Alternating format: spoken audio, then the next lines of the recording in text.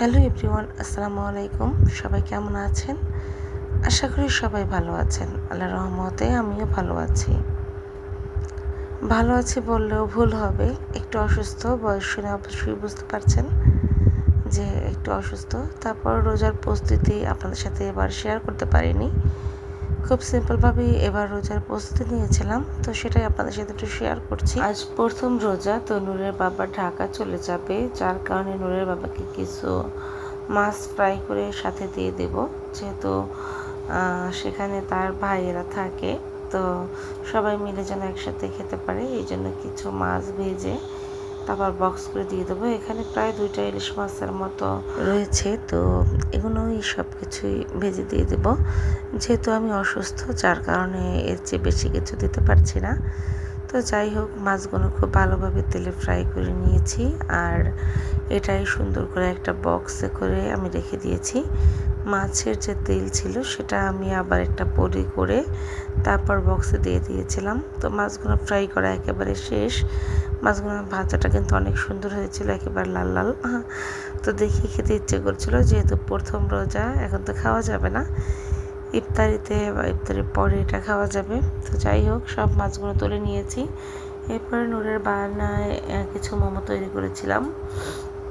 নূর খুব মোমো পাগল একটা মেয়ে, তো মোমোটা খুব বেশি পছন্দ করে, তো অল্প কিছু মোমো তৈরি করে নিয়েছিলাম এখানে, তো নূরকেও দিয়ে দিয়েছি। এরপরে আমি চলে এসেছিলাম আপনার কিছু কাস্টার্ড বানাবো, মানে ফ্রুট কাস্টার্ড, তো সেটা বানানোর জন্য, তো তার জন্য কিছু ফলও কেটে নিয়েছি।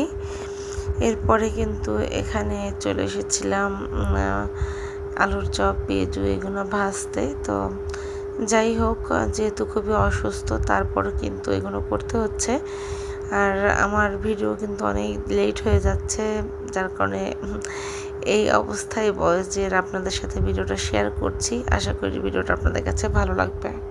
এখানে একটি একটি করে আলুর চপ আমি কিন্তু কাঁটা চামচ দিয়ে দিচ্ছি। কাঁটা চামচ দিলে কিন্তু আলুর চপটা সুন্দর হয়, স্মুথ হয়, উপরের অংশটা একেবারে এবড়ো থেবড়ো হয় না। তো যার কারণে আমি সবসময় আলুর চপটা কাঁটা চামচ ব্যবহার করি। তো এখানে খুব জাল কমিয়ে দিয়ে আমি খুব সুন্দর করে এটাকে মুচমুচে করে ভেজে নিব, যেহেতু আলুর চপটা কিন্তু ভিতর থেকে হয়, বলতে গেলে উপরের অংশটা হলেই কিন্তু উঠিয়ে ফেলতে পারবো। এখানে যে আলুর চপগুলো হয়ে গিয়েছে, তো সেগুলো আমি সাইড থেকে উঠিয়ে নিচ্ছিলাম। আর আমার বয়স শুনে বুঝতেই পারছেন যে আমি আসলে কতটা অসুস্থ। একেবারে রমজানের আগে থেকে আমার পরীক্ষা চলছিল, ঠিক সেই মুহূর্ত থেকে আমি অসুস্থ। আপনারা আমার জন্য অবশ্যই একটু দোয়া করবেন যেন খুব তাড়াতাড়ি সুস্থ হয়ে যাই। এদিকে আমার আলুর চপটা ভাজা শেষ, এখন বেগুনিটা দিয়ে দিয়েছি। তো বেগুনটাও এখন আস্তে আস্তে সব ভেজে নিয়েছি। এদিকে কিন্তু আমি 2টো কাঁচামরিচ ছিল, তো সেটা চপে মানে বেসনে ভিজিয়ে তারপর সেটাও ভেজে নিয়েছিলাম। এরপরে কিন্তু আমি আলুর চপ, বেগুনের চপ সব ভাজা কমপ্লিট। এরপর আমি পেঁয়াজু ভাজার জন্য পেঁয়াজু নিয়ে নিয়েছিলাম, এর সাথে আমি কিছু শাকও দিয়ে দিয়েছিলাম। তো শাকের চপের কাজটাও সেরে নিব। তো যাই হোক না কেন, এখানে আমি কিছু কাঁচামরিচ নামিয়ে নিয়েছি, যেহেতু কাঁচামরিচের চপ বানাবো, আর সাথে বেসনটা কিছু রয়ে গিয়েছে শেষ পর্যায়ে। তো ভাবলাম ওটা নষ্ট হবে, তাই শাক দিয়ে ওটাকে শাকের চপ বানিয়ে ফেলবো। তো যাই হোক, এখানে ফ্রুট কাস্টার্ডের জন্য যে ফলগুলো কেটে নিয়েছিলাম, এখন সবগুলো মিক্স করে নিব। এখানে কিন্তু আমি কিছু কালারের জেলি বানিয়ে নিয়েছিলাম, আর এখানে দুধ জাল করে রেখেছিলাম। জেলিগুলো খুব সুন্দর করে আমি আস্তে আস্তে কেটে নিয়েছিলাম। এটা খুব সুন্দর লাগছিল আমার কাছে, কেন যেন। তো যাই হোক, এখানে আমি প্রায় 3 রকমের জেলি ব্যবহার করেছি। তো একটা হলো একটা হলো ব্লু কালার, আর একটা সাদাই রেখেছিলাম। তো যাই হোক, সব কিছুই খুব সুন্দর হয়েছিল। আর আমার হাতের এই ফ্রুট কাস্টার্ডটা সবাই অনেক বেশি পছন্দ করে। তো যাই হোক, নূরের বাবাকে দুপুর টাইমে যখন চলে গিয়েছে, তখন কিছু ইফতারি আমি দিয়ে দিয়েছিলাম। তো নূরের বাবাকে এটা দিতে পারিনি, এই জন্য খুবই খারাপ লাগছে। তো যাই হোক, নূরের বাবা আসলে আবার বানিয়ে খাওয়াবো আপনাদের সাথে, তখন সম্পূর্ণ ভিডিওটা শেয়ার করে নেব।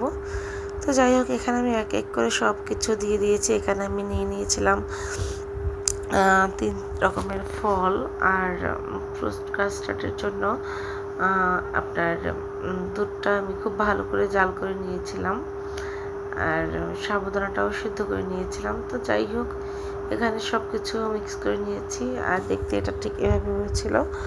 তো মাশাআল্লাহ অনেক ভালো হয়েছিল। এখন একেবারে ইফতারির সময় চলে এসেছে আর আমরা এখন কিন্তু ইফতারি করতে বসে পড়েছি। তো সব কিছু গুছিয়ে নিচ্ছিলাম, যেহেতু ইফতারিতে তেমন বেশি কিছু আজকে অ্যারেঞ্জমেন্ট করিনি। নূরের বাবা চলে গিয়েছে, একা একা ইফতারি করতে আর তেমন বেশি ভালোও লাগে না। তো যাই হোক, তারপরে প্রথম রোজায় একটু ইফতারি বানানোর চেষ্টাই করছিলাম। তো সব কিছু মিলিয়ে কিন্তু সুন্দর করে ইফতারির আগেই আমাদের সব কাজ কমপ্লিট হয়ে গিয়েছে। তো এখন বাজে প্রায় 5:45। তো ইফতারির বাকি আর মাত্র 15 মিনিট। তো সব কিছু গুছিয়ে নিয়েছি আর অলরেডি আজানও দিয়ে দিয়েছিল। পানি দিয়ে আর খেজুর দিয়ে ইফতারিটা খুলে নিয়েছি। এরপরে কিন্তু সবাই মিলে আমরা এভাবে ইফতারি করছিলাম। তো যাই হোক না কেন, সব কিছু আলহামদুলিল্লাহ খুব ভালোই কেটেছে। এখানে নূরকেও একটা প্লেটার সাজিয়ে দিয়েছিলাম। নূর তো খুব হ্যাপি। তো আজকের ভিডিওটা ছিল এই পর্যন্তই। আল্লাহ হাফিজ।